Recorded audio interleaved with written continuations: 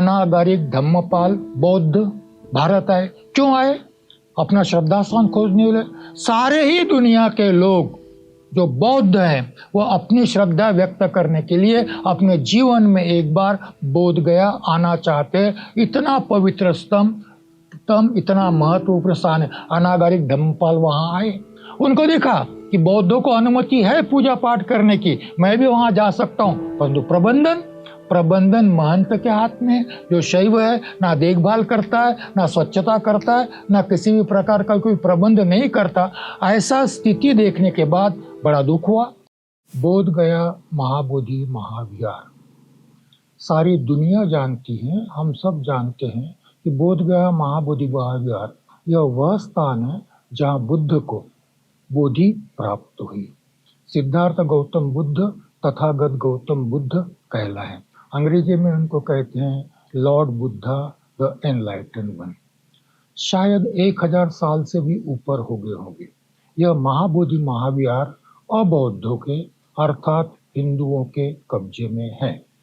स्वतंत्रता प्राप्ति से पहले या यूं कहिए कि 1949 के पहले इस महाबोधि महाविहार पर कभी तो भी शैव मठ के महंत का कब्जा था। फिर 1949 में यह अवैध कब्जा था, गैर कानूनी कब्जा था। 1949 में बिहार विधानमंडल ने एक कानून बनाया जिस कानून का नाम है बोध गया टेम्पल एक्ट। इस कानून के अधीन अभी महाबोधि महाविहार पर हिंदुओं का वैधानिक कब्जा हो गया है। वास्तव में यह बुद्ध का स्थान है। वास्तव में ये दुनिया के बौद्धों के लिए सबसे पवित्रतम स्थान है। ऐसा होते हुए भी इस महाबोधि महाविहार पर हिंदुओं का वैध अवैध कब्जा बन गया है। तो इसलिए हम बौद्ध, भारत के बौद्ध, दुनिया के बौद्ध एक आंदोलन चला रहे हैं। उस आंदोलन का नाम है महाबोधि महाविहार मुक्ति आंदोलन। ये आंदोलन आज का नहीं है, इस आंदोलन का एक इतिहास है। 1891 में श्रीलंका के भदंत अनागारिक धम्मपाल द्वारा शुरू किया गया। जब तक वो जीवंत थे 1933 तक यह आंदोलन चलता रहा। उसके बारे में मैं और थोड़ा सा विस्तार से बात करूंगा। उसके बाद यह आंदोलन स्थगित हुआ। बाद में 1992 में परम श्रद्धेय भदंत आर्य नागार्जुन सुरेश ससाई द्वारा यह आंदोलन शुरू किया गया। करीब 2010 तक यह आंदोलन चलता रहा। करीब 20 साल यह आंदोलन चलता रहा उनके नेतृत्व में। बाद में आंदोलन उन्होंने स्थगित कर दिया। इसका मतलब ये नहीं कि उनका महाबोधि महाविहार मुक्ति का संघर्ष समाप्त हुआ, ऐसी बात नहीं है। आज भी वह महाबोधि महाविहार मुक्ति के लिए सर्वोच्च न्यायालय में संघर्ष कर रहे हैं। कभी उन्होंने यह घोषणा की थी कि जब तक मेरे सांस में सांस है, जब तक मेरे शरीर में रक्त की अंतिम बूंद है, तब तक मैं महाबोधि महाविहार का संघर्ष करता रहूंगा। इस परिप्रेक्ष्य में 2010 में भदंत आर्य नागार्जुन सुरेश ससाई का आंदोलन स्थगित हुआ। उसके बाद 2025 में 12 फरवरी 2025 को यह आंदोलन और भी जीवंत हो गया। फिर से यह आंदोलन जीवंत हुआ। 12 फरवरी 2025 से भिक्खु, करीब 400-500 भिक्खु, भिक्खुनी, उपासक, उपासिकाएं और बौद्ध जन महाबोधि महाविहार में आंदोलन कर रहे हैं। मांग एक ही है, वर्तमान कानून जो हिंदुओं को इस महाबोधि महाविहार पर पूर्णतया प्रबंधन और नियंत्रण का अधिकार देता है, वह महाबोधि महा टेम्पल एक्ट समाप्त हो जाए। उसकी जगह पर नया कानून बनाया जाए जो केवल बौद्धों को केवल प्रबंधन का अधिकार नहीं तो स्वामित्व का भी अधिकार दे। इस प्रकार की इस मांग के लिए यह आंदोलन चल रहा है। 12 फरवरी 2025 से 15 दिन बाद, शायद 27 फरवरी 2025 को अचानक दिन में सरकार बातचीत करती है आंदोलनकर्ताओं से, और रात में मध्य रात्रि को 1 बजे सरकार पुलिस भेजती हैं, आंदोलनकर्ताओं को पकड़ लेती हैं, सारे आंदोलनकर्ताओं को एक मेडिकल कॉलेज में स्थानांतरित किया जाता है और इस प्रकार से आंदोलन को दबाने का प्रयास किया जाता है। इससे केवल आंदोलनकर्ता प्रक्षुब्ध नहीं है, सारे ही बौद्ध जन प्रक्षुब्ध हैं। भारत के सारे बौद्ध जन प्रक्षुब्ध हैं, दुनिया के सारे बौद्ध जन इससे प्रक्षुब्ध है। और फिर परिणाम स्वरूप जगह जगह पर, स्थानिक लेवल पर, जगह जगह पर आंदोलन हो रहा है, धरना हो रहा है, निदर्शन हो रहा है, कलेक्टर को निवेदन जा रहा है। ये सिर्फ भारत में नहीं हो रहा, ये अंतर्राष्ट्रीय स्तर पर भी हो रहा है। आंदोलनकर्ताओं की घोषणा है कि जब तक महाबोधि महाविहार हिंदुओं के कब्जे से मुक्त नहीं होता तब तक हम आंदोलन करते रहेंगे, उसके लिए चाहे हमें कोई भी बलिदान देना पड़े। इस प्रकार से यह आंदोलन शुरू है। इस परिप्रेक्ष्य में मैं एक बात कहना चाहता हूँ, 2 बात कहना चाहूँगा। पहली बात तो यह है कि मैं एक छोटे से संगठन से आता हूँ, वंदना संघ दीक्षा भूमि नागपुर, यह संगठन का नाम है। एक अनौपचारिक संगठन है, आंदोलन चल रहा है। ये न्यूज़ जब हम तक पहुंची, हमने तुरंत इस आंदोलन के समर्थन में एक प्रस्ताव पारित किया और हमने इस आंदोलन को अपना समर्थन घोषित किया है। उसी प्रकार से जो दूसरा संगठन है जिससे मैं जुड़ा हुआ हूँ, उसको धम्म गोष्ठी कहते हैं। उस धम्म गोष्ठी के माध्यम से भी इस प्रकार के आंदोलन को समर्थन घोषित किया जा रहा है।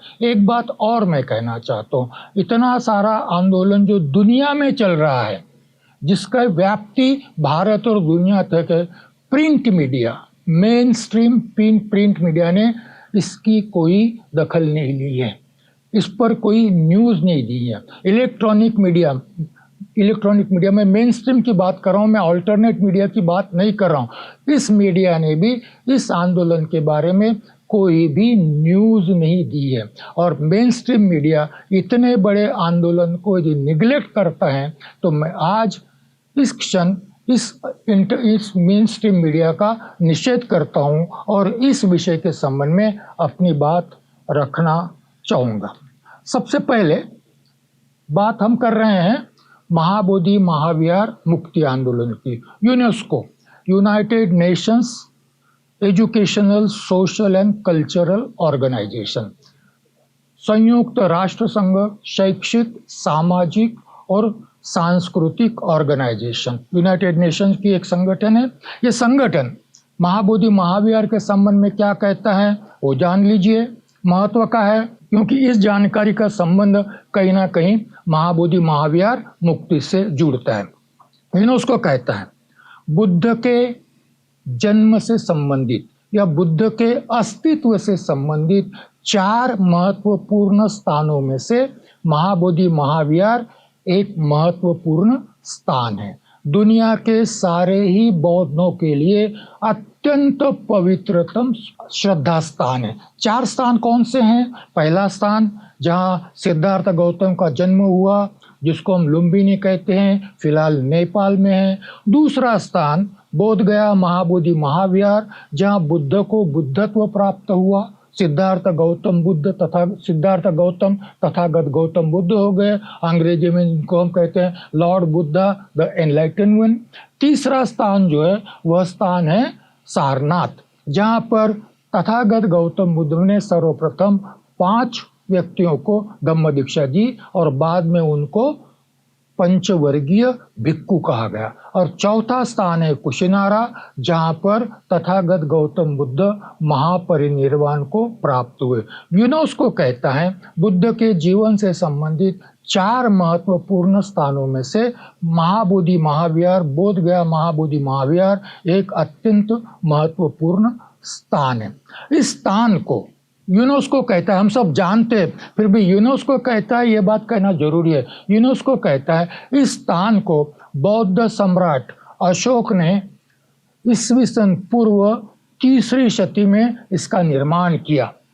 ये जानना इसलिए भी जरूरी है, हम तो कहते हैं हम जानते हैं, फिर भी यह जानना इसलिए भी जरूरी है कि जो स्थान उस धर्म के लोगों द्वारा निर्मित है, वह स्थान उनका श्रद्धास्थान उसी धर्म के लोगों द्वारा प्रबंधित होना चाहिए। यह संविधान कहता है, यह अंतर्राष्ट्रीय कानून भी कहते हैं। पहली शर्त यह है कि क्या उस स्थान का निर्माण उस धर्म के लोगों ने किया। यह यूनेस्को के साथ हम सारे लोग दावे से कहते हैं कि उस स्थान का निर्माण बौद्ध सम्राट अशोक ने किया है। तीसरी बात, 2002 में यूनेस्को ने बोध गया महाबोधि महाविहार को अंतर्राष्ट्रीय विरासत, सांस्कृतिक विरासत घोषित किया है, इंटरनेशनल कल्चरल हेरिटेज घोषित किया। इतना महत्व का वो स्थान है। केवल बौद्धों के लिए वो पवित्रतम श्रद्धा स्थान नहीं है, कल्चरल हेरिटेज की दृष्टि से भी इतना महत्वपूर्ण स्थान 2002 में घोषित करने के बाद अब उसकी देखरेख, उसका रखरखाव, उसके बारे में सारी ही चिंता अंतर्राष्ट्रीय और राष्ट्रीय कानूनों द्वारा उसका सारा प्रबंधन किया जाता है। उसके बाद में यूनेस्को ये कहता है, ये महत्व का है, यूनेस्को कहता है कि बोध गया महाबोधि महाविहार के प्रबंध के संबंध में जो कानून बना है, जिस कानून को कहा जाता है बोध गया टेम्पल एक्ट 1949, बोध गया मंदिर अधिनियम 1949, इस कानून का अध्ययन करने के पश्चात यह प्रस्तापित होता है कि महाबोधि महाविहार का स्वामित्व बिहार सरकार के अधीन है। इसका मतलब है कि महाबोधि महाविहार का स्वामी बिहार सरकार है। संविधान के अनुच्छेद के अधीन सर्वोच्च न्यायालय ने एक निर्णय दिया है, 1962 का यह निर्णय है। सर्वोच्च न्यायालय यह कहता है, इस संबंध में हम स्वामित्व की बात करते हैं, यूनेस्को कहता है, हम सब कहते हैं, हम भी कहते हैं, बताएंगे बाद में कि इसका स्वामित्व यदि बिहार सरकार के पास है तो सर्वोच्च न्यायालय का निर्णय कहता है किसी भी धर्म के अनुयायियों द्वारा धर्मस्थल का प्रबंधन किया जाता हो तो उस प्रबंधन को छीनकर यदि कोई कानून उस धर्मस्थल का स्वामित्व और प्रबंधन किसी धर्मनिरपेक्ष यंत्रणा के अधीन करता है तो यह संविधान के अनुच्छेद 26D का उल्लंघन है। यह संविधान को अमान्य है, यह संविधान के अनुच्छेद का भंग है। अनुच्छेद 26D के अधीन बिहार सरकार सेक्युलर स्टेट है, बिहार सरकार धर्मनिरपेक्ष आइडेंटिटी है, धर्मनिरपेक्ष एंटिटी है, और बिहार सरकार धर्मनिरपेक्ष एंटिटी होने की वजह से बिहार सरकार महाबोधि महाविहार का स्वामी नहीं हो सकती। महाबोधि महाविहार का प्रबंधन करने का भी संवैधानिक अधिकार बिहार सरकार को नहीं है, और यह यूनेस्को के माध्यम से यह बात मैं आप तक पहुंचाना चाहता हूं। अब थोड़ा सा जिस कानून को हम रद्द करने की बात करते हैं, जिस कानून को हम बदलने की बात करते हैं, जो कानून बदलना चाहिए ऐसा हम कहते हैं, वो कानून क्या है, इस संबंध में हम थोड़ी सी जानकारी प्राप्त करेंगे। ध्यान में रहे, यह कानून बना जून 1949 को। इस कानून को गवर्नर द्वारा मान्यता दी गई जुलाई 1949 को। दूसरी महत्वपूर्ण बात, 26 नवंबर 1949 को भारत का संविधान स्वीकृत हुआ।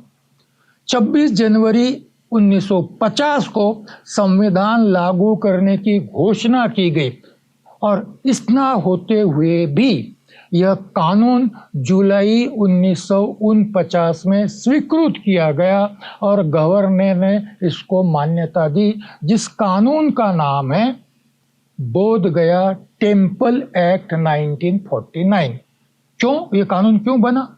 यह कानून शायद इसलिए बना कि संविधान लागू होने के पश्चात, संविधान अस्तित्व में आने के पश्चात बिहार का प्रबंधन और बिहार का स्वामित्व बिहार सरकार को नहीं दिया जा सकता। यह जानकारी प्राप्त होने के पश्चात संविधान बन चुका था, सिर्फ मान्यता, संविधान सभा की मान्यता नहीं मिली थी और लागू होना बाकी था। और इसीलिए उस समय की बिहार विधानमंडल ने, शायद डॉक्टर अंबेडकर की जबान में यदि कहना है तो धर्म पर आधारित बहुसंख्याकों के विधानमंडल ने, धर्म पर आधारित बहुसंख्याकों के विधानमंडल ने, हिंदुओं के विधानमंडल ने महाबोधि महाविहार पर अपना स्वामित्व, महाबोधि महाविहार पर पूर्णता, प्रबंधन और अपना नियंत्रण रखने के लिए यह कानून जानबूझकर संविधान लागू होने से पहले बनाया है। यह कानून जुलाई 1949 में बना। इसका नाम ही बोध गया टेम्पल एक्ट है, बोध गया मंदिर अधिनियम। मंदिर अधिनियम, हिंदुओं का मंदिर होता है, मुसलमानों की मस्जिद होती है, सिखों का गुरुद्वारा होता है, क्रिश्चियनों का चर्च होता है, बौद्धों का विहार होता है या स्तूप होता है। उसको मंदिर का नाम क्यों दिया गया? मंदिर का नाम इसीलिए दिया गया, मंदिर का नाम इसीलिए दिया गया, ये हिंदुओं के प्रबंधन में है, ये हिंदुओं का स्वामित्व है। हम बौद्धों को पूजा की अनुमति देते हैं। महाविहार एक्ट नहीं बना, एक टेम्पल एक्ट बना और यहीं से हिंदुओं के स्वामित्व का आरंभ इस कानून के अधीन होता है। बाद में कानून कहता है कि राज्य सरकार को प्रबंधन समिति गठित करने का अधिकार होगा। राज्य सरकार जो चाहेगी, राज्य सरकार किसकी? मैंने कहा है हिंदुओं की राज्य सरकार, राज्य सरकार, हिंदुओं की राज्य सरकार जो भी प्रबंधन समिति नियुक्त करेगी वो प्रबंधन समिति विहार का प्रबंधन देखेगी। इसमें 8 सदस्य होंगे और एक अध्यक्ष होगा, मिलाकर 9 सदस्यों की यह समिति गठित की जाएगी। यह राज्य सरकार द्वारा नियुक्त समिति होगी। प्रावधान ये किया गया, इसमें 4 हिंदू होंगे और 4 बौद्ध होंगे, एक अध्यक्ष होगा। मूल प्रावधान कानून में यह था कि जो अध्यक्ष है वो जिला मैजिस्ट्रेट होंगे। जिला मैजिस्ट्रेट हिंदू होना जरूरी है, यदि हिंदू नहीं है तो जिला मैजिस्ट्रेट अपना एक हिंदू प्रतिनिधि समिति पर अध्यक्ष करके नियुक्त करेगा। इसका मतलब अध्यक्ष सहित 5 हिंदू और 4 बौद्ध ऐसी समिति बनेगी जो सारे ही सरकार द्वारा नियुक्त होंगे। इसका प्रबंधन है, किसका स्वामित्व है? ये सारा बिहार सरकार के अधीन है। और उसमें एक बात जोड़ दी गई, यदि महाबोधि महाविहार को जाता है, उस परिसर में घूमता है, तो उसको ये नजर में आएगा कि वहाँ शैव मठ का अस्तित्व भी है, शैव मठ की वहाँ संपत्ति भी है। हिंदू धर्म में वैष्णव, शैव और शाक्त ये पंथ है, उसमें से शैव मठ, उसका अस्तित्व है, उसकी संपत्ति है, उसका एक महंत होता है प्रभारी। तो उस महंत को समिति पर परमानेंट जगह दी गई है हिंदुओं के सदस्य के रूप में। मतलब महंत का अस्तित्व स्वीकार किया गया, उस परिसर में मठ का अस्तित्व स्वीकार किया गया और इस प्रकार से इस समिति का गठन किया गया। 2013 में अध्यक्ष या जिला मैजिस्ट्रेट हिंदू होना जरूरी है, इस पर सर्वोच्च न्यायालय में याचिका दाखिल की गई इसके विरुद्ध। और फिर बिहार सरकार ने इस कानून में संशोधन किया और संशोधन ये किया कि जिलाधिकारी किसी भी धर्म का हो सकता है। यदि किसी भी धर्म का हो सकता है जरूर है, परंतु कलेक्टर की नियुक्ति कौन करेगा? कलेक्टर की नियुक्ति करने का अधिकार राज्य सरकार को है, तो राज्य सरकार किसको नियुक्त करेगी? स्वाभाविक है राज्य सरकार हिंदू को नियुक्त करेगी। तो यह संशोधन होने के बाद भी अध्यक्ष सहित 5 सदस्य हिंदू और बाकी के 4 सदस्य बौद्ध होने के बाद भी सरकार नियुक्त है, यह अंडरलाइन करना चाहिए। उसके बाद बात आती है सचिव की। सचिव भी नियुक्त करने का अधिकार समिति को नहीं है, अपने में से चुनने का अधिकार समिति को नहीं है। सचिव भी नियुक्त करने का अधिकार सरकार को है और फिर सरकार सचिव नियुक्त करेगी। सरकार नियुक्त अध्यक्ष, सरकार नियुक्त सचिव, सरकार नियुक्त सारे ही सदस्य। मेरे पास थोड़ी सी जानकारी है, 1953 से लेकर तो 2007 तक 54 साल तक केवल 3 वर्ष के लिए एक बौद्ध को सचिव नियुक्त किया गया था, अन्यथा सारे ही समय हिंदू सचिव था। हिंदू अध्यक्ष, हिंदू सचिव, हिंदू सदस्य और सरकार नियुक्त बौद्ध सदस्य, इस प्रकार की यह समिति गठित की गई थी। गैर प्रबंधन के लिए समिति बर्खास्त करने का अधिकार राज्य सरकार को था, राज्य सरकार को है। सरकार नई समिति भी नियुक्त कर सकती है उसकी जगह पर। यदि कोई जगह रिक्त होती है सदस्यों में, समिति के सदस्यों में, सरकार उसकी नियुक्ति करेगी। चल अचल संपत्ति पर सरकार का नियंत्रण होगा, इसीलिए स्वामित्व सरकार का है ना। चल अचल संपत्ति पर सरकार का नियंत्रण होगा। और उसके बाद में हिंदुओं को वहां पर पूजा का अधिकार होगा कानून के अनुसार। उसके और अधिक आगे हिंदुओं को वहां पिंडदान का भी अधिकार होगा। कल्पना कीजिए, स्थान बौद्ध का बौद्धों के लिए सबसे पवित्र स्थान, और वहां पर हिंदुओं का पिंडदान, कैसे लगता है ये आपको? किसका नियंत्रण है वहां पर? कानूनन हिंदुओं को पिंडदान का अधिकार है। उसी प्रकार से बौद्धों को अपनी पद्धति से पूजा करने का अधिकार दिया गया है। तो इस प्रकार से यह व्यवस्था की गई है। फिर सरकार कहती है यदि इन दोनों में कोई विवाद उत्पन्न होता है तो विवाद का अंतिम निर्णय सरकार का होगा, और वह निर्णय सारे ही लोगों को, सारे ही दोनों पक्षों को लागू होगा। इस प्रकार से और एक बात कही गई है इसमें, ये बात कही गई है कि मठ की जो संपत्ति है उस संपत्ति पर समिति का कोई भी नियंत्रण नहीं होगा। वह संपत्ति मठ की संपत्ति है, मठ की ही संपत्ति रहेगी। इस प्रकार से इस कानून को पढ़ने के बाद यह बात स्पष्ट होती है, पहली बात यह स्पष्ट होती है कि बिहार सरकार महाबोधि महाविहार की स्वामी है, जो संविधान के अनुसार गलत बात है। कोई भी सेक्युलर स्टेट किसी भी धार्मिक स्थल का स्वामी नहीं हो सकता। दूसरी बात, प्रबंध समिति नियुक्त करने का सारा ही अधिकार बिहार सरकार को प्राप्त है। इसका मतलब सरकार जिसको भी नियुक्त करेगी वह सारे ही सदस्य सरकार के होंगे और उस विशिष्ट सरकार के वह सदस्य होंगे। भले ही 4 उसमें बुद्ध हो, ये नॉमिनल अस्तित्व है। और इसीलिए हम सारे ही बौद्ध इसके विरुद्ध संघर्ष कर रहे हैं कि यह सारे जो बात है, यह सारा विहार का जो स्वामित्व और प्रबंधन है, वह सारा ही बौद्धों को सौंप दिया जाए, बौद्धों के अधीन सारा प्रबंध और स्वामित्व किया जाए।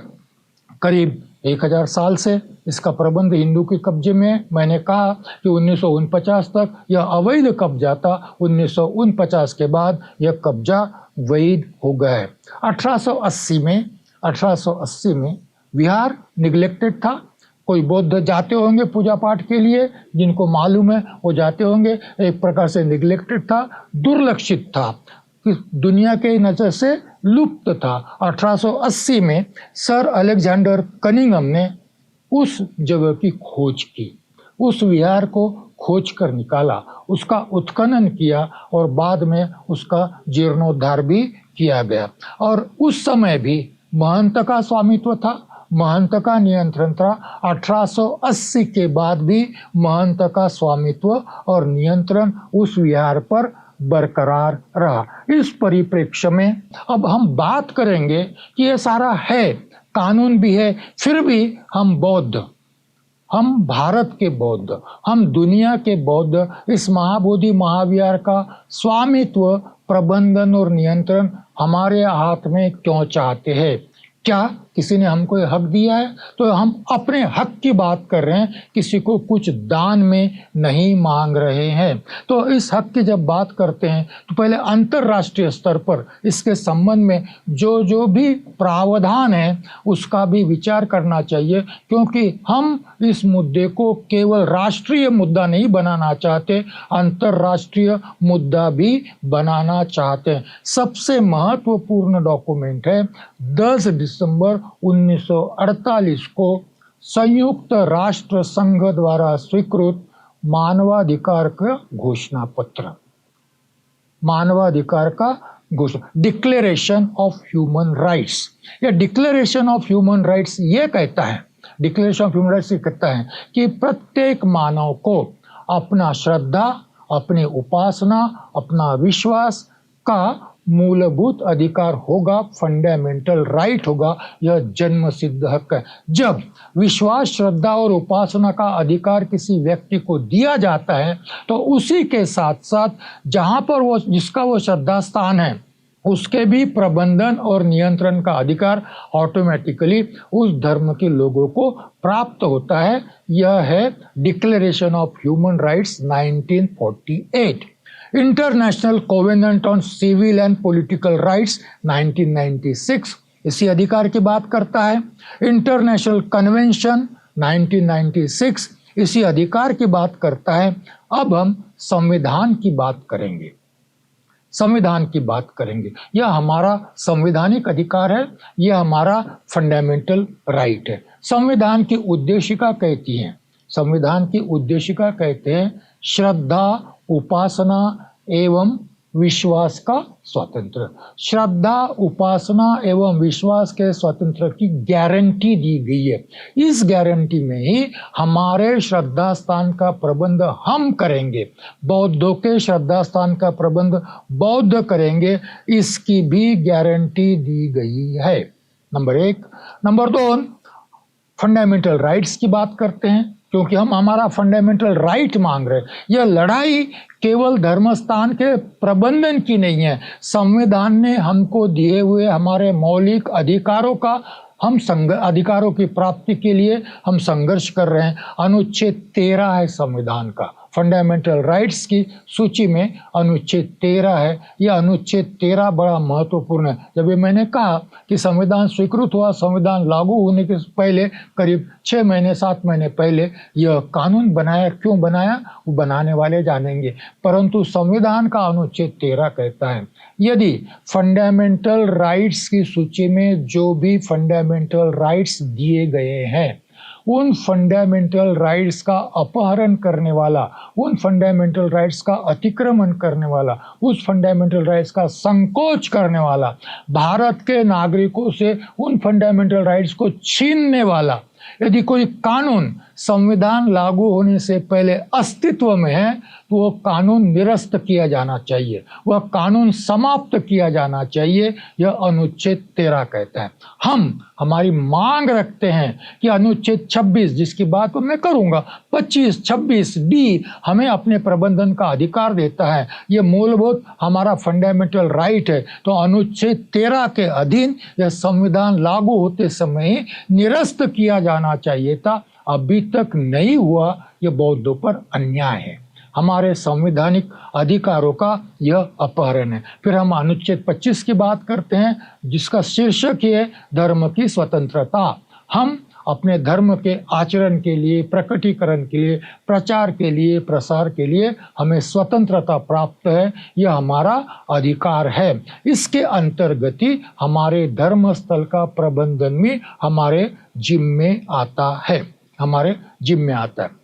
दूसरी बात, अनुच्छेद 26 डी स्पेसिफिकली कहता है कि यदि वह धर्मस्थल उन धर्मों के लोगों ने निर्माण किया हो तो, और यदि वहाँ वह धर्म के लोग अपनी श्रद्धा व्यक्त करते हैं तो उस धर्मस्थल का प्रबंधन उस ही धर्म के लोगों द्वारा किया जाना चाहिए। इतना स्पष्ट प्रावधान होते हुए भी, इतना स्पष्ट प्रावधान होते, अनुच्छेद 13, अनुच्छेद 25, अनुच्छेद 26, अनुच्छेद 26 डी, इतना स्पष्ट प्रावधान होते हुए भी हमें अभी तक हमारे मौलिक संवैधानिक अधिकारों से वंचित रखा गया है। यह सबसे बड़ा अन्याय बौद्धों पर हो रहा है और इस अन्याय को निवारण करने के लिए, इस अन्याय को दूर करने के लिए ही हम यह आंदोलन कर रहे हैं। इसके संबंध में सर्वोच्च न्यायालय के कुछ निर्णयों का भी उल्लेख करना पड़ेगा। 1966 का एक निर्णय है और 1968 का एक निर्णय है। 1966 का निर्णय है सैफुद्दीन साहब सरवर सैयदना ताहिर इस प्रकरण में और अजीज पाशा प्रकरण में सर्वोच्च न्यायालय स्पष्टतया कहता है कि जिस धर्म के लोगों ने उस स्थान का निर्माण किया है उसी धर्म के लोग उस धर्म के स्थान का संचालन करेंगे, प्रबंधन करेंगे और स्वामित्व भी उसी धर्म के लोगों का होगा। इस परिप्रेक्ष्य में हम अब आंदोलन की बात करेंगे। आंदोलन के संबंध में हम बात करेंगे कि हमारा मुक्ति आंदोलन क्या है। मैंने शुरू में कहा आपसे कि 1891 में श्रीलंका के भदंत अनागारिक धम्मपाल बौद्ध भारत आए। क्यों आए? अपना श्रद्धा स्थान खोजने के लिए। सारे ही दुनिया के लोग जो बौद्ध हैं वो अपनी श्रद्धा व्यक्त करने के लिए अपने जीवन में एक बार बोध गया आना चाहते। इतना पवित्र स्तंभ, इतना महत्वपूर्ण स्थान है। अनागारिक धम्मपाल वहां आए, उनको देखा कि बौद्धों को अनुमति है पूजा पाठ करने की, मैं भी वहां जा सकता हूं, परंतु प्रबंधन महंत के हाथ में है। जो शैव है ना देखभाल करता है, ना स्वच्छता करता है, ना किसी भी प्रकार का कोई प्रबंध नहीं करता। ऐसा स्थिति देखने के बाद बड़ा दुख हुआ।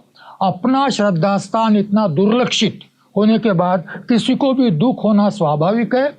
बनते अनागारिक धम्मपाल भी दुखी हुए और उन्होंने संकल्प किया कि मेरे जीवन पर्यंत मैं इस महाबोधि महाविहार को शैव मठ के महंत के कब्जे से मुक्त करने का प्रयास मैं करूंगा। उनके प्रयास शुरू हुए, आंदोलन शुरू हुआ। ब्रिटिश सरकार थी, ब्रिटिश सरकार से बातचीत शुरू हुई, ब्रिटिश सरकार से बातचीत, महंत के विरुद्ध आंदोलन। और इतना ही नहीं, बनते अनागारिक धम्मपाल न्याय भी मांगने के लिए कोर्ट भी गए, जिला न्यायालय गए, कलकत्ता उच्च न्यायालय गए। दोनों न्यायालयों ने उस समय स्पष्टतया ये बात कही, अनागारिक धम्मपाल जी की मैं बात कर रहा हूँ, स्पष्टतया ये बात कही, ये स्थान बौद्धों का है, ये स्थान महंत के कब्जे में है, बौद्धों को इस स्थान पर पूजा पाठ करने का अधिकार है, बौद्धों को इस स्थान पर पूजा पाठ करने का अधिकार है। कोई भी हिंदू यहाँ पूजा करने नहीं आता, कोई भी हिंदू यहाँ पूजा करने नहीं आता।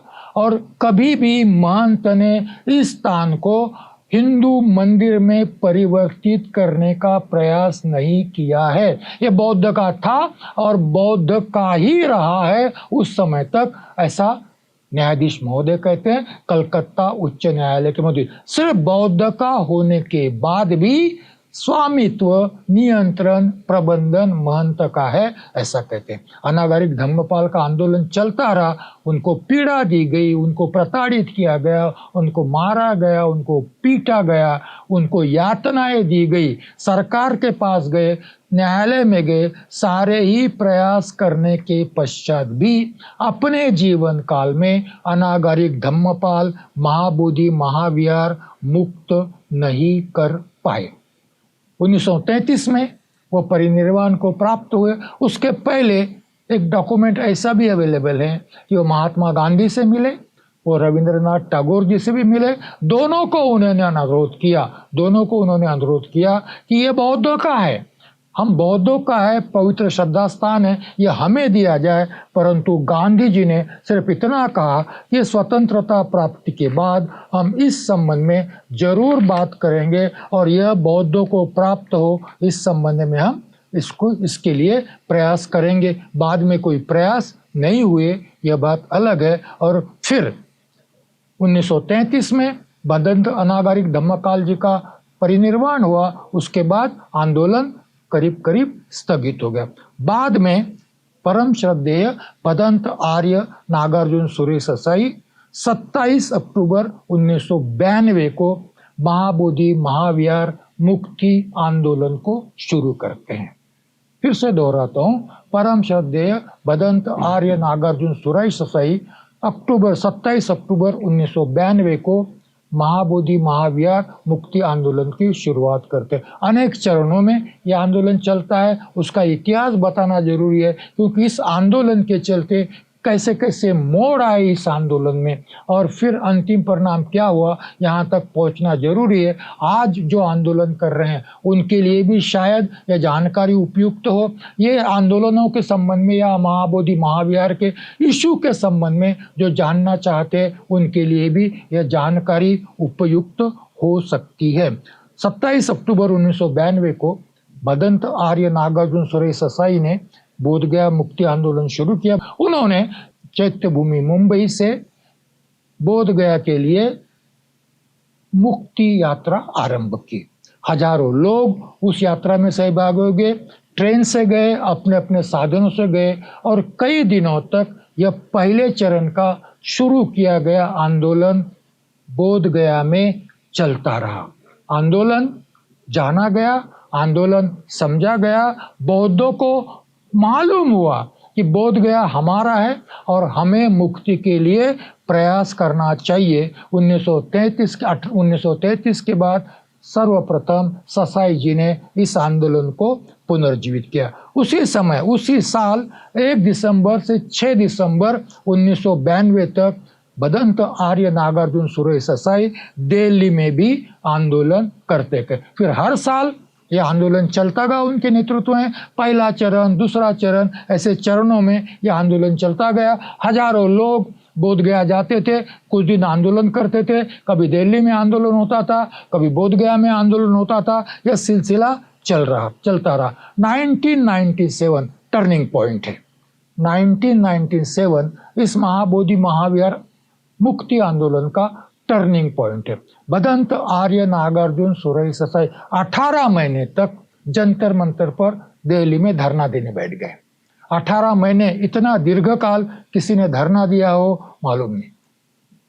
इतना दीर्घ काल धरना दिया हो, सरकार ने कोई उसका सरकार बातचीत करती रही मगर मुक्ति के लिए कोई प्रयास नहीं। 18 महीने वो भदंत आर्य नागार्जुन सुरेश ससाई धरना देते रहे। इसी दरमियान भदंत आर्य नागार्जुन सुरेश ससाई 21 दिन का अनशन किया। उन्होंने 21 दिन तक अनशन करते लिए सरकार ध्यान दे, केंद्र सरकार ध्यान दे, बिहार सरकार ध्यान दे और महाबोधि महाविहार मुक्त हो। परंतु उसी दरमियान मेरी जानकारी के अनुसार, मेरी जानकारी के अनुसार मान्यवर कांशीराम जी ने बंते जी से अनुरोध किया कि आप अनशन समाप्त कीजिए, हम भी आपके साथ साथ यह लड़ाई, महाबोधि महाविहार मुक्ति की लड़ाई लड़ेंगे और महाबोधि महाविहार को मुक्त करेंगे। बंते जी ने अनशन समाप्त किया। आंदोलन चलता रहा।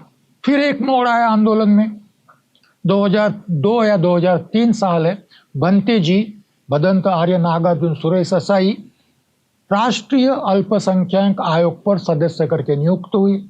सदस्य करके नियुक्त होने के बाद उन्होंने थोड़ा अपनी रणनीति में परिवर्तन किया और उन्होंने सोचा कि मैं जब तक इस आयोग पर हूँ, अल्पसंख्यक आयोग पर हूँ, मैं केंद्र सरकार और राज्य सरकार से लॉबिंग कर एडवोकेसी कर इस समस्या का समाधान खोजने का प्रयास करूंगा। मैं महाबोधि महाविहार मुक्ति के लिए केंद्र सरकार और बिहार के सरकार से लॉबिंग करूंगा, एडवोकेसी करूंगा। उस समय के तत्कालीन गृह मंत्री, केंद्र सरकार के गृह मंत्री इंद्रजीत गुप्ता गृह मंत्री थे।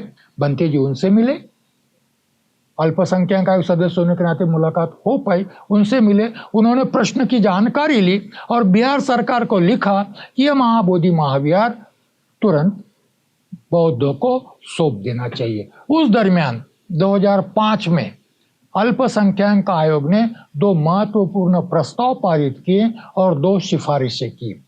पहला प्रस्ताव यह कहता है 2005 30 मार्च 2005 प्रस्ताव यह कहता है कि गए 55 साल से भारत के बौद्धों पर बड़ा ही अन्याय हो रहा है। महाबोधि महाविहार बौद्धों का स्थान होते हुए भी उसका प्रबंधन और नियंत्रण बौद्धों के अधीन नहीं है। दुनिया में ऐसा अन्याय कहीं पर भी देखा नहीं गया है। हम सर्वमत से यह प्रस्ताव पारित करते हैं कि महाबोधि महाविहार का प्रबंधन और नियंत्रण जल्द से जल्द बौद्धों को सौंप देना चाहिए। ऐसी सिफारिश उन्होंने केंद्र सरकार को भी की और ऐसी सिफारिश उन्होंने बिहार सरकार को भी की। उस समय श्रीमती राबड़ी देवी जी बिहार की मुख्यमंत्री थी। दूसरा हमारे लिए बड़ा महत्व का एक उन्होंने प्रस्ताव किया कि यदि बिहार सरकार चाहे तो इस कानून को, महाबोधि टेम्पल एक्ट 1949 को, यह बिहार सरकार यदि चाहे तो निरस्त कर कर नया कानून बना सकती है। यदि बिहार सरकार ऐसा नहीं करना चाहती तो यह कानून केंद्र सरकार भी निरस्त कर कर बना सकता है। तब तक मान्यता ये थी, यह बिहार विधानमंडल द्वारा बनाया गया कानून है, केवल बिहार विधानमंडल ही इस कानून को बदलकर नया कानून बना सकता है। परंतु यह प्रस्ताव 2005 का अल्पसंख्यक आयोग का प्रस्ताव यह कहता है कि संविधान के अनुच्छेद 249 के अधीन राज्यसभा में प्रस्ताव रखकर, और यदि वह प्रस्ताव 2/3 बहुमत से स्वीकृत होता है तो संसद को भी वह विद्यमान कानून निरस्त कर कर नया कानून बनाने का अधिकार अनुच्छेद 249 के अधीन प्राप्त है, प्रोवाइडेड प्रस्ताव राज्यसभा में आना चाहिए।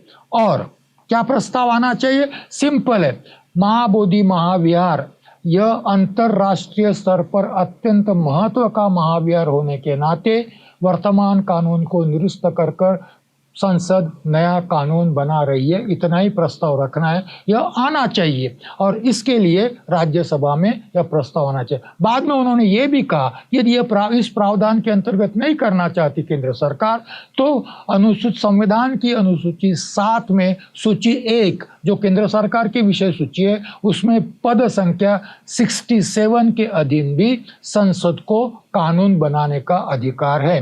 यह सारे प्रस्ताव पारित हुए। हम लोगों को यह जानकारी मिली, उस समय जो आंदोलन में सक्रिय थे उनको यह जानकारी मिली कि केवल बिहार विधानमंडल ही नहीं, केंद्र की संसद भी इस कानून को निरस्त कर कर नया कानून बना सकती है। 2006 फिर से एक मोड़ आया, यहाँ पर 2006 फिर से एक मोड़ आया। 2006 वर्ष हम बौद्धों के लिए, भारतीय बौद्धों के लिए बड़ा ही महत्वपूर्ण।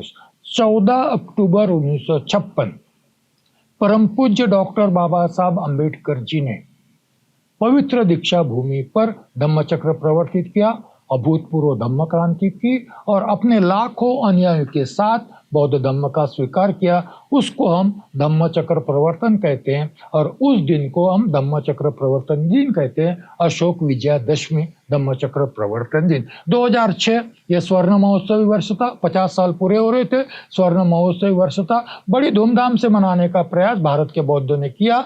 दीक्षा भूमि स्मारक समिति, परम पूज्य डॉक्टर बाबा साहब स्मारक समिति, उस समय माननीय गवई साहब, रासू गवई दीक्षा भूमि के अध्यक्ष थे स्मारक समिति के, भंते जी वहां पर सदस्य थे और यह सारा आयोजन भंते जी के अधीन, भंते जी की अध्यक्षता में करने का प्रयास किया। मैं इसलिए जानकारी दे रहा हूँ कि थोड़ी जानकारी आवश्यक है। बड़ी रैली निकाली गई, वो अद्भुतपूर्व थी, उसकी मैं विस्तार में नहीं जाऊंगा, मगर उसी समय गवई जी बिहार के राज्यपाल नियुक्त हुए और उनके उपस्थिति में, प्रमुख अतिथि में भंते जी की अध्यक्षता में उस दिन, एक दिन पहले महाबोधि, एक दिन धम्मचक्र प्रवर्तन के पूर्व संध्या पर अंतरराष्ट्रीय धम्म सम्मेलन आयोजित किया गया, अंतरराष्ट्रीय सपोर्ट मिलाने के लिए धम्म सम्मेलन। और यह सम्मेलन बोध गया महाबोधि मुक्त विहार आंदोलन को समर्पित किया गया। उस सम्मेलन में प्रस्ताव पारित किया गया। प्रस्ताव में यह कहा गया कि महाबोधि महाविहार मुक्ति जरूरी है, महाबोधि महाविहार बौद्धों के नियंत्रण प्रबंधन में आना चाहिए, स्वामित्व में आना चाहिए। इसलिए बिहार सरकार या केंद्र सरकार वर्तमान कानून को निरस्त करे और नया कानून बनाए। और इसके लिए अनुरोध किया गया अंतर्राष्ट्रीय बौद्ध संगठनों से, अंतर्राष्ट्रीय सरकारों से, जहां बौद्ध धम्म महत्वपूर्ण धम्म है, उनसे अनुरोध किया गया कि वह भारत सरकार से अनुरोध करे कि महाबोधि महाविहार का प्रबंधन और स्वामित्व बौद्धों को स्वाधीन करे। गवई साहब ने मंच से घोषणा की, मैं बिहार नहीं विहार जा रहा हूं और महाबोधि महाविहार मुक्ति के प्रयास अवश्य करूंगा। ये सब जानकारी है, ये इतिहास है आंदोलन का। गवई साहब पटना गए, बिहार गए और उन्होंने भंते जी और हम कुछ लोगों को वहां पर आमंत्रित किया। 2 दिन तक हम लोग चर्चा करते रहे। चर्चा में यह सुझाव आया उनकी ओर से कि अभी कानून में, जो वर्तमान कानून है बोध गया टेम्पल एक्ट, उसमें 4 हिंदू प्लस 4 बौद्ध प्लस अध्यक्ष हिंदू ऐसा प्रावधान है। हम क्या ऐसा संशोधन कर सकते हैं कि 5 बौद्ध हो और 4 हिंदू हो? ऐसा संशोधन कर सकते हैं। और इसके लिए मैं मुख्यमंत्री नीतीश कुमार से बातचीत कर इस संशोधन पर मैं काम करना चाहता हूँ। हमें बड़ा अजीब सा लगा, क्योंकि आंदोलन चल रहा है हिंदुओं से मुक्ति के लिए। हमें वहां पर हिंदुओं की मुक्ति नहीं चाहिए। प्रबंधन समिति में हिंदुओं की उपस्थिति हमें नहीं चाहिए। मुक्ति के लिए आंदोलन कर रहे हैं और इस प्रकार का प्रस्ताव आ रहा है। हमने उस समय तो कोई जवाब नहीं दिया। बाद में बड़ी नम्रता से हमने वो प्रस्ताव को नकार दिया और ये कहा कि हमें ऐसा कानून चाहिए जो कानून एक्सक्लूसिवली केवल बौद्धों को महाबोधि महाविहार का स्वामित्व प्रदान करे और महाबोधि महाविहार पर प्रबंधन का भी प्रबंध करे। ऐसा हमें कानून चाहिए। फिर विचार करते करते एक विचार ऐसा भी आया, समझो भविष्य में कभी सरकार राजी होती है, केंद्र सरकार हो या बिहार सरकार हो, राजी होती है और यह प्रबंधन और स्वामित्व बौद्धों को देना चाहती है, तो कानून कैसा होना चाहिए? तो दिमाग में एक बात आई और फिर भंते जी के नेतृत्व में हमने एक कानून का एक ड्राफ्ट भी बनाया। इसका नाम है Bodh Gaya Mahabodhi Mahavihara act, proposed bill for kind consideration of parliament, the supreme law making body of India. अब तक मैंने जो बात कही है अनागारिक धम्मपाल जी के संबंध में, बनते ससाई जी के संबंध में, यह कानून किस प्रकार से होना चाहिए इसका प्रारूप भी इसमें है, संविधान के सारे प्रावधान इसमें है और अल्पसंख्यक आयोग ने जो प्रस्ताव पारित किए गए वो भी इसमें है, उनकी सिफारिश भी इसमें है, राबड़ी देवी का पत्र भी इसमें है और इंद्रजीत गुप्ता का पत्र है, doctor Manmohan Singh prime minister उनका पत्र है। ये सारे डॉक्यूमेंट्स इस डॉक्यूमेंट में हैं। जो भी रेफर करना चाहिए इसको रेफर कर सकते हैं, क्योंकि भंते जी के मार्गदर्शन में तैयार किया गया डॉक्यूमेंट जब दिल्ली में लोकार्पित किया गया तब भंते जी ने कहा ये लोगों की संपत्ति है, जो भी महाबोधि महाविहार मुक्ति के लिए आंदोलन करना चाहे उसके लिए ये डॉक्यूमेंट उपलब्ध होगा। इस प्रकार से यह डॉक्यूमेंट तैयार हुआ 2006 में। फिर आंदोलन चलता रहा, उसी के साथ साथ लॉबिंग चलती रही, एडवोकेसी चलती रही। ये डॉक्यूमेंट करीब 400 संसद सदस्यों तक हम लोगों ने पहुंचाया और इस हेतु से पहुंचा, इस उद्देश्य से पहुंचा, करीब करीब एक तो कोई मिले जो राज्यसभा में इस प्रकार का प्रस्ताव रखे। तो ये लॉबिंग चलती रही। इस बीच मनमोहन सिंह जी से मुलाकात हुई, इस बीच सोनिया गांधी जी से मुलाकात हुई, इस बीच हमने सलमान खुर्शीदी से मुलाकात की जब वो अल्पसंख्यक मंत्री थे, बाद में अब्दुल रहमान अंतुली जी से मुलाकात हुई। ये सारी मुलाकात हुई, लॉबिंग चलता रहा, आंदोलन भी चलता रहा। 2009 में मेरी जानकारी के अनुसार 2009 या 2010 में श्रद्धेय भदंत आर्य नागार्जुन सुरेश ससाई जी ने रामलीला मैदान से लेकर तो जंतर मंतर पर 1 लाख से ऊपर बौद्धों का एक विशाल निषेध मार्च आयोजित किया। इस मांग को पूरा करने के लिए जंतर मंतर पर हम सब लोग एकत्रित हुए, सरकार से मिले, सरकार को निवेदन दिया। उसके बाद में शायद भंते जी ने क्या सोचा मालूम नहीं, परंतु आंदोलन स्थगित हुआ।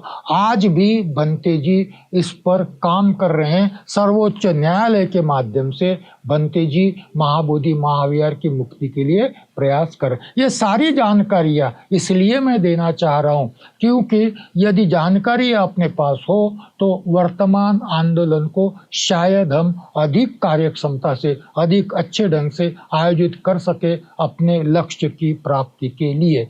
2-3 मिनट में मैं और कुछ बातें कहना चाहूँगा। यह बौद्ध धम्म से संबंधित विषय निश्चित तौर पर है और इसीलिए हम बौद्ध भारत के बौद्ध दुनिया के बौद्ध महाबोधि महावीर मुक्ति के लिए आंदोलन कर रहे हैं, करना भी चाहिए जब तक महाबोधि महावीर मुक्त नहीं होता। बौद्ध इस नाते हम सब इस आंदोलन का समर्थन करते हैं और इस आंदोलन में सहभागिता की गारंटी भी हम लोग देते हैं। परंतु थोड़ा सा उसके आगे मैं एक बात और कहना चाहता हूँ।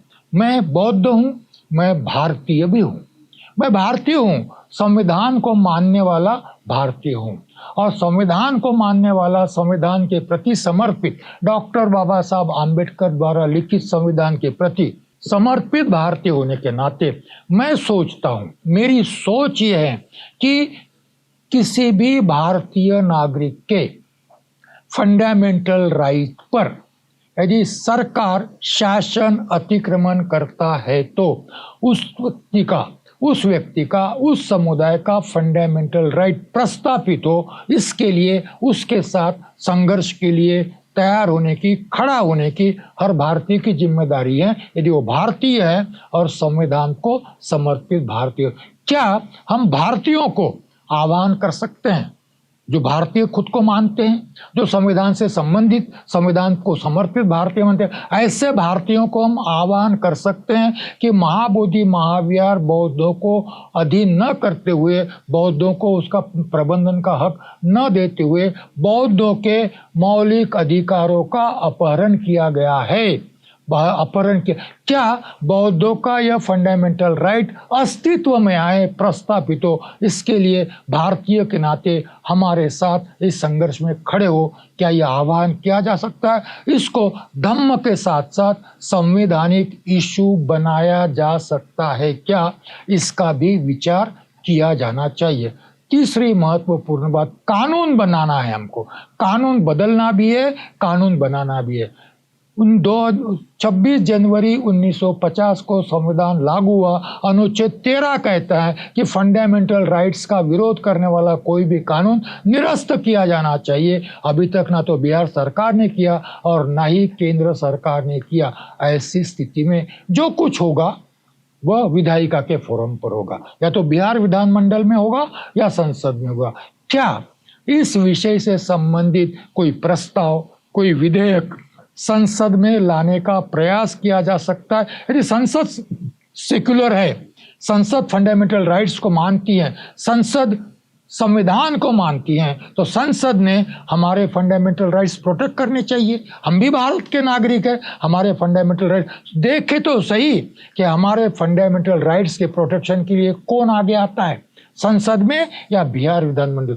इसलिए यह भी प्रयास साथ साथ किए जाने चाहिए कि क्या बिहार विधानमंडल में प्रस्ताव लाया जाता है, क्या लोकसभा में या राज्यसभा में प्रस्ताव लाया जाता है। सर्वोच्च न्यायालय में लड़ाई भंते जी लड़ रही है और बाकी के हम लोग इस प्रकार का आंदोलन कर पार्लियामेंट या बिहार विधानमंडल में इस समस्या के समाधान के प्रयास कर सकते हैं। फिर से एक बार जिन्होंने इस आंदोलन को 12 फरवरी 2025 को जीवंत किया, उन लोगों के साथ हम सब सारे बौद्ध उन लोगों के साथ हैं। उनको हमारा सारा ही समर्थन प्राप्त है और जहां भी संभव होगा हम स्थानिक स्तर पर आंदोलन करते रहेंगे।